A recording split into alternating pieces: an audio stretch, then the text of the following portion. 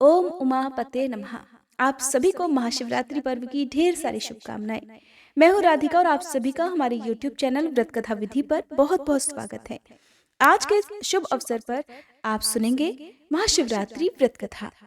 और अगर आज की ये कथा आपको पसंद आती है तो प्लीज वीडियो को लाइक करके हो सके तो हमारे चैनल को जरूर सब्सक्राइब कीजिएगा, ताकि समय समय पर आपको इसी तरह की और अन्य कथाएं हमारे चैनल पर सुनने को मिलती रहें।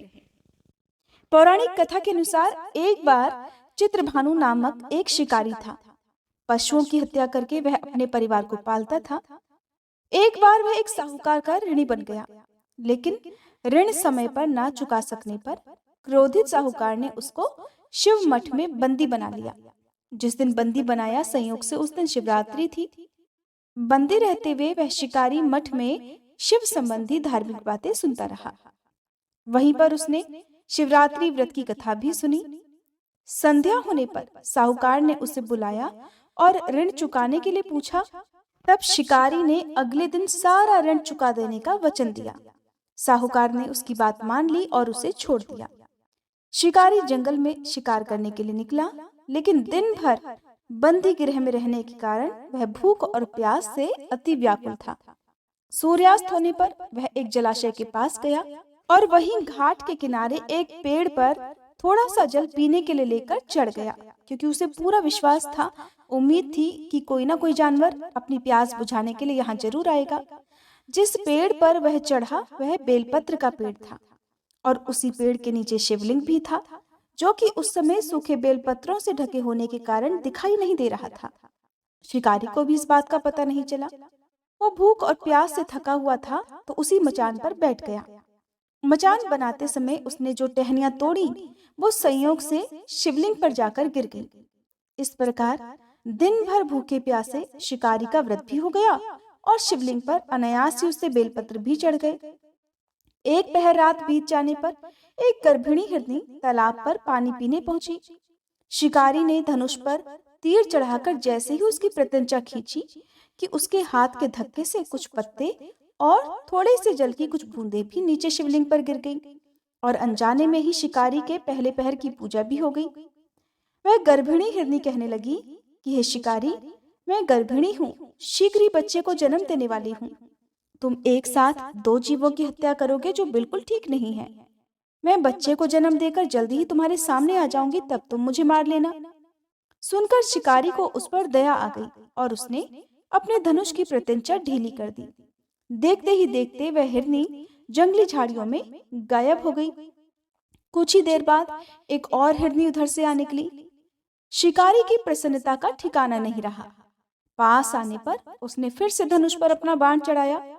कुछ बेलपत्र फिर से नीचे शिवलिंग पर जा गिरे और अनायास इस प्रकार शिकारी की दूसरे पहर की पूजा भी संपन्न हो गई। तब उसे देखकर वह हिरनी विनम्रता पूर्वक निवेदन करने लगी कि हे शिकारी महाराज, मैं तो थोड़ी ही देर पहले ऋतु काल से निवृत्त हुई हूँ और कामातुर विरहिणी हूँ।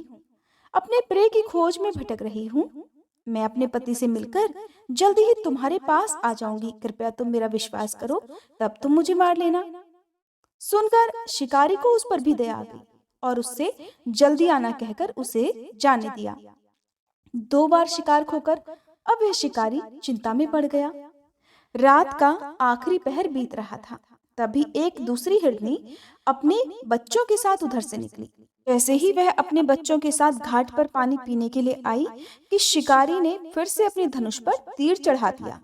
अब वह तीर चढ़ाकर छोड़ने ही वाला था कि फिर से अनायास ही कुछ पत्ते और जल की कुछ बूंदें शिवलिंग पर गिर गईं। उधर शिकारी को धनुष की प्रत्यंचा खींचा हुआ देखकर वह हिरनी बोल उठी कि हे शिकारी महाराज, हमें मत मारो। मैं इन बच्चों को इनके पिता के हवाले करके लौट आऊंगी। कृपया मेरा विश्वास करो और इस समय मुझे मत मारो, नहीं तो मेरे ये बच्चे अनाथ हो जाएंगे। शिकारी हंसने लगा और कहने लगा, सामने आए शिकार को छोड़ दूं? मैं ऐसा मूर्ख नहीं हूँ। इससे पहले भी मैं 2 बार अपना शिकार खो चुका हूँ। मेरे बच्चे भी तो भूख प्यास से तड़प रहे होंगे। उसके उत्तर में हिरनी कहने लगी कि जैसे तुम्हें अपने बच्चों की ममता सता रही है ना, ठीक वैसे ही मुझे भी इन बच्चों की फिक्र है। इसलिए सिर्फ इन बच्चों के नाम पर ही मैं थोड़ी सी देर के लिए तुमसे जीवन दान मांग रही हूँ। कृपया मेरा विश्वास करो।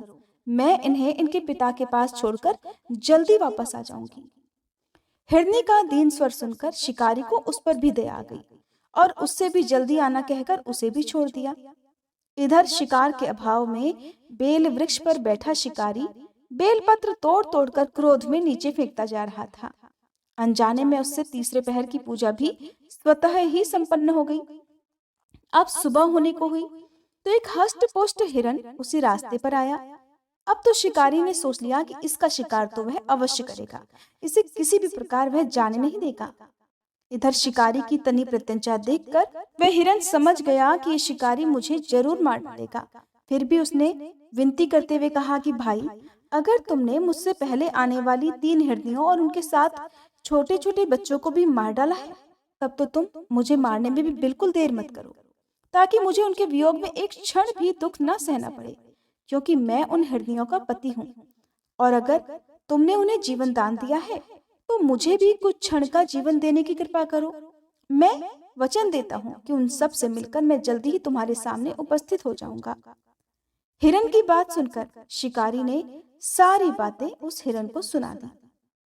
इधर जैसे ही शिकारी ने फिर से प्रत्यंचा खींची थी कि अनायास ही फिर से कुछ बेलपत्र और जल की कुछ बूंदें शिवलिंग पर गिर गई। अनजाने में ही चौथे पहर की पूजा भी उससे संपन्न हो गई। सारी बात जानकर हिरन कहने लगा, हे शिकारी महाराज, कृपया मेरा विश्वास करो। मेरी तीनों पत्नियां जिस तरह से तुम्हें विश्वास दिलाकर गई हैं, वे मेरी मृत्यु के बाद अपने धर्म का पालन बिल्कुल भी नहीं कर पाएंगी। इसलिए जैसे तुमने उन्हें विश्वास पात्र मानकर छोड़ा है, वैसे ही मुझे भी जाने दो। मैं उन सब के साथ तुम्हारे सामने जल्दी ही उपस्थित हो जाऊंगा। दिन भर उपवास, रात्रि जागरण और शिवलिंग पर बेलपत्र चढ़ने से उस क्रूर शिकारी का हिंसक हृदय निर्मल हो गया था। उसमें भगवत भक्ति का वास हो गया था। उसका कठोर हृदय अब कोमल भावों से भर गया था। उसके हाथ से धनुष और बाण छूट गया और उसने उस हिरन को भी जाने दिया। किंतु वह क्या देखता है कि थोड़ी ही देर बाद वह हिरन अपने पूरे परिवार सहित उस शिकारी के सामने उपस्थित था। इसलिए उपस्थित था ताकि वह उनका शिकार कर सके। किंतु जंगली पशुओं की ऐसी सत्यता, सात्विकता और आपसी सामूहिक भावना देखकर उस शिकारी को खुद से बड़ी ग्लानि हुई। उसकी आंखों से आंसू की झड़ी लग गई। उस हिरन परिवार को न मारकर शिकारी ने अपने कठोर हृदय को जीव हिंसा से हटा लिया था, सदा के लिए कोमल और दयालु बना लिया था। उधर देवलोक से समस्त देवतागण भी इस घटना को देख रहे थे। उसके ऐसा करने पर भगवान शंकर ने प्रसन्न होकर तत्काल ही उसे अपने दिव्य स्वरूप का दर्शन करवाया और उसे सुख और समृद्धि का आशीर्वाद देकर गुह नाम प्रदान किया। ये वही गुह था जिसके साथ भगवान श्री राम ने मित्रता की थी। ये थी महाशिवरात्रि व्रत कथा।